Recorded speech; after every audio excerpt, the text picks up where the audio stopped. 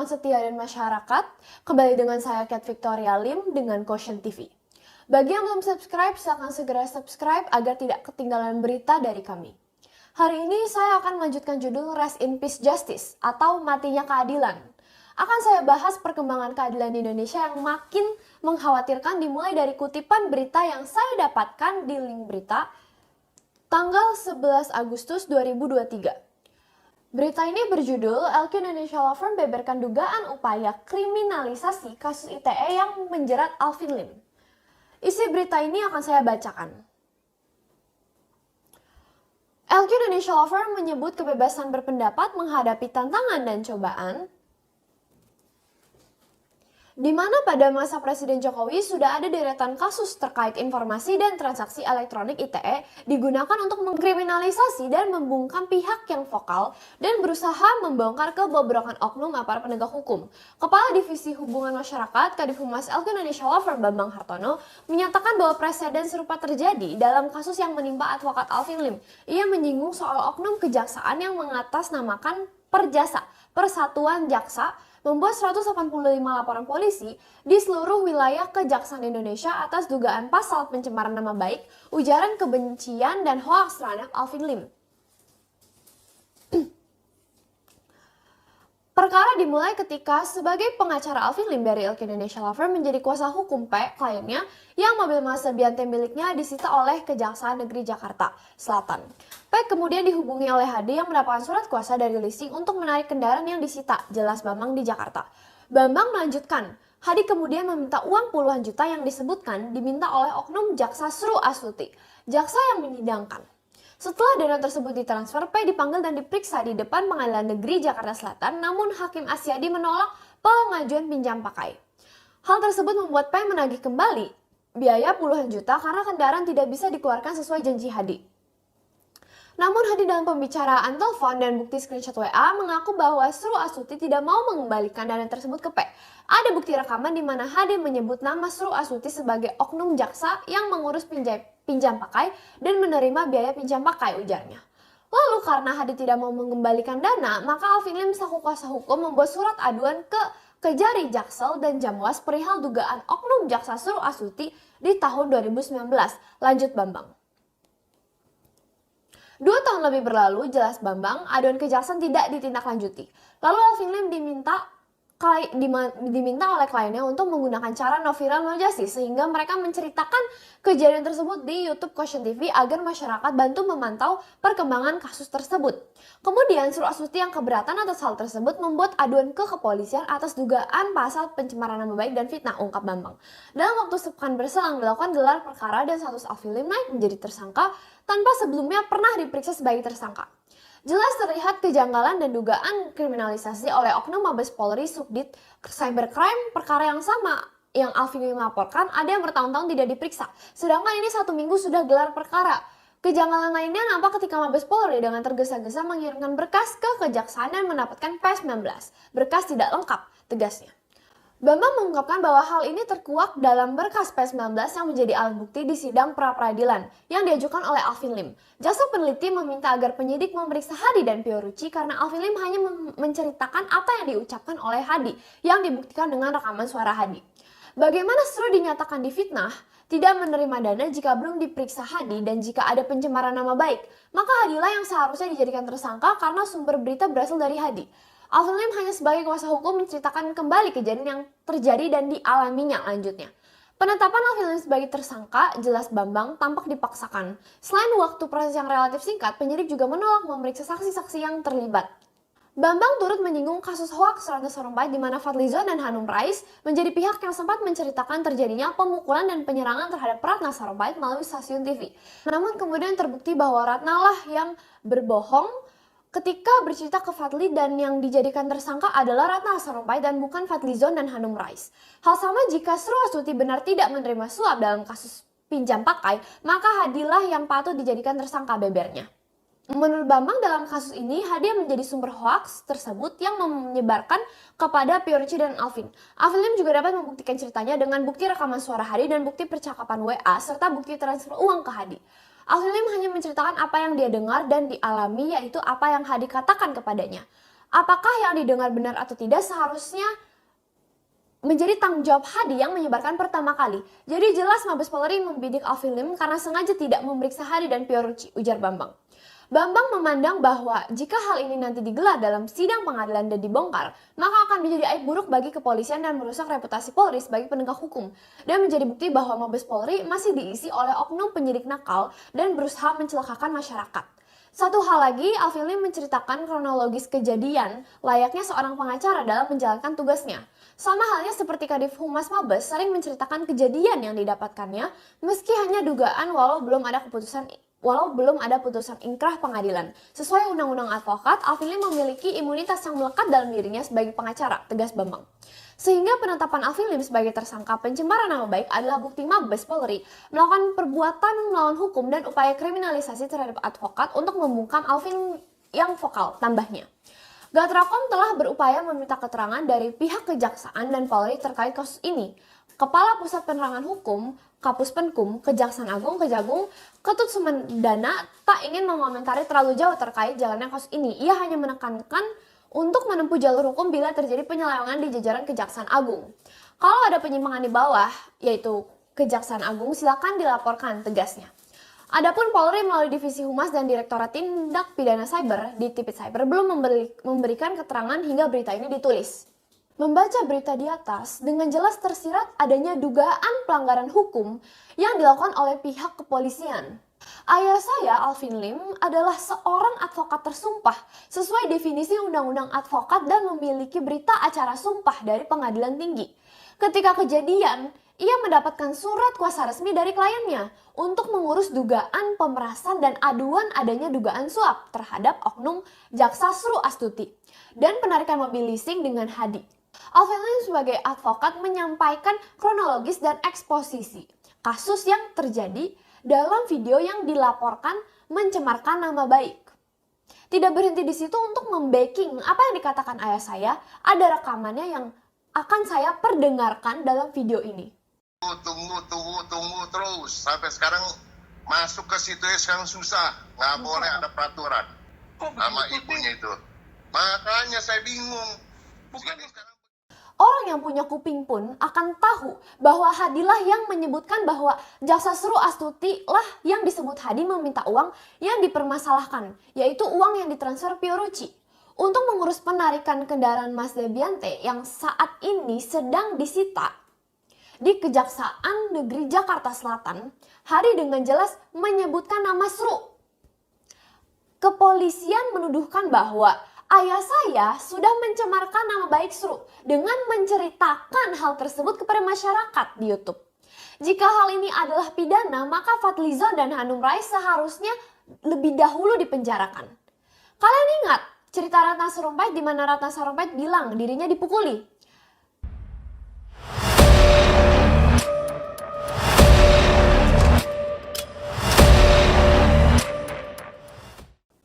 Yang pertama mengatakan dan menceritakan hal tersebut di media elektronik adalah Fadlizon dan Hanum Rais. Karena beliau juga ingin meneguhkan dirinya dulu lah gitu ya. Beliau buat saya ada cutnya di masa kini. Kartini masa. Di sini jelas nyata bahwa Fadlizon dan Hanum Rais menyebarkan hoaks dan terbukti di pengadilan bahwa kata-kata Ratna Sarumpait adalah kebohongan yang menimbulkan keonaran. Namun kepolisian tidak menetapkan Fadlizon dan Hanum Rais sebagai tersangka dan hanya menetapkan Ratna Sarumpait karena Ratna Sarumpait lah yang pertama kali berbohong. Lalu apa bedanya kasusnya dengan ayah saya yang mendapatkan informasi dan bahkan ada bukti rekaman bahwa itu dikatakan langsung oleh Hadi? Anehnya kenapa polisi ngotot nggak mau periksa Hadi terlepas dari adanya bukti rekaman pembicaraan Hadi dan screen capture WhatsApp dengan Hadi. Ini bukti bahwa kepolisian penakut dan tidak berani membongkar fakta dan kebenaran. Karena tujuan laporan polisi ini adalah untuk membungkam dan mengkriminalisasi ayah saya, Alvin Lim, dan bukan untuk menegakkan hukum. Fakta hukum adalah Fiorucci diperas uang puluhan juta melalui rekening Hadi. Kenapa polisi tidak menyelidiki dugaan suap yang dilakukan Hadi kepada Jaksa Sru Astuti? tetapi malah delik aduan yang diadukan jaksa seru dengan cepat diproses oleh Mabes Polri. Hal ini jelas mencederai rasa keadilan. Dugaan suap yang dilakukan Hadi ke Seru berdasarkan pengakuan Hadi sendiri adalah delik umum dan seharusnya diproses dan diperiksa aparat Mabes Polri. Tetapi inilah kenapa disebut hukum tumpul ke atas. Polri takut dan enggan menyidik oknum kejaksaan. Mabes Polri tidak mempunyai nyali menegakkan hukum. Mereka hanya berusaha mencari kambing hitam dan mengkriminalisasi advokat yang seharusnya dilindungi undang-undang advokat.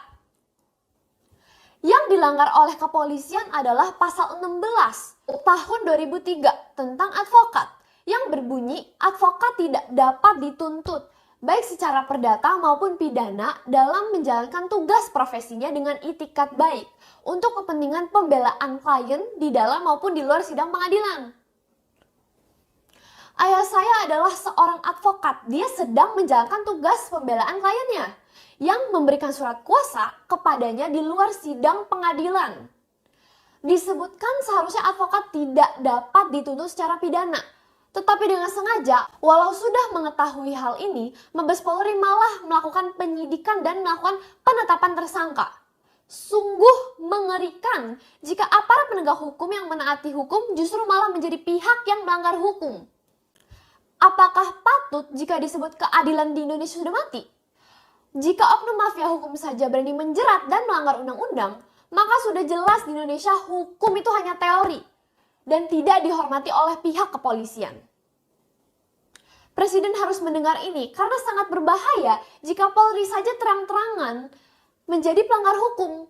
Maka ini akan menjadi permulaan legal dan sahnya hukum untuk tidak dipatuhi di Indonesia. Tidak salah jika nantinya semua warga sipil mengikuti contoh yang diberikan Polri, boleh melanggar undang-undang.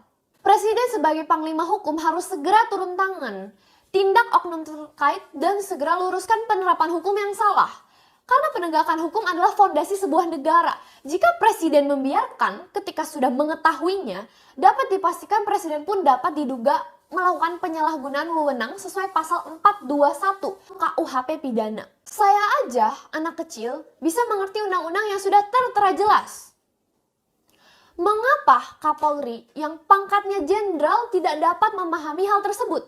Apakah Bapak tidak tahu atau pura-pura tidak tahu? Bapak Kapolri, apakah Anda bisa mendengarkan dan mau mendengarkan kritikan dan masukan dari saya selaku warga negara?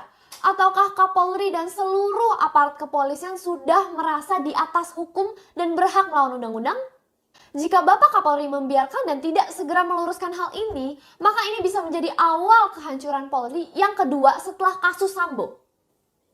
Saya sebagai warga negara ingin memberikan masukan agar hukum dan keadilan dapat ditegakkan. Tolong dibaca sekali lagi pasal 16 Undang-Undang Advokat. Jika tidak dipahami, bisa ditanyakan arti pasal tersebut ke Mahkamah Konstitusi. Tidak boleh berasumsi sendiri dan sembarangan mengkriminalisasi advokat. Apalagi salah satunya adalah ayah saya yang tidak bersalah. Pembuatan Polri melawan hukum mencederai nurani dan pikiran saya. Bagaimanakah Polri yang saya cintai malah menjadi oknum pelanggar hukum? Saya yakin masih ada banyak polisi baik dan polisi yang ingin Indonesia maju. Bagaimana dengan Bapak Kapolri Listio Sigit Prabowo? Apakah Bapak berani meluruskan anak buah Bapak yang jelas-jelas melanggar undang-undang ini? Apakah Bapak hanya bermain aman dan malah menyembunyikan dan melindungi pelanggaran yang dilakukan anak buah Bapak? Saya menanyakan hal ini karena Media Gatra sudah berusaha meminta tanggapan dan hak jawab dari Dirtipid Cyber dan Divisi Humas Polri. Dan hingga saat ini Mabes Polri sama sekali tidak mau menjawab dan memberikan keterangan. Ada apa sampai Polri tidak mau transparan dan buka-bukaan dengan masyarakat? Apa yang disembunyikan Polri dalam kasus ini? Karena itulah saya, Kate Victoria Lim selaku warga negara Indonesia dengan ini menantang Bapak Kapolri untuk berani berdebat hukum terkait dengan kasus ITE ayah saya. Beranikah Bapak Kapolri yang terhormat mendebatkan hukum terkait kasus ITE ayah saya? Akan kami tayangkan agar seluruh masyarakat Indonesia bisa menilai, dan ini akan menjadi bukti transparansi yang Bapak Kapolri selalu dengungkan. Beranikah Bapak Kapolri menerima tantangan saya untuk berdebat? Bapak Kapolri adalah Jenderal Bintang 4 yang pastinya pintar dan mengerti hukum, sedangkan saya hanyalah remaja biasa. Namun saya memiliki hati nurani dan pikiran yang jernih.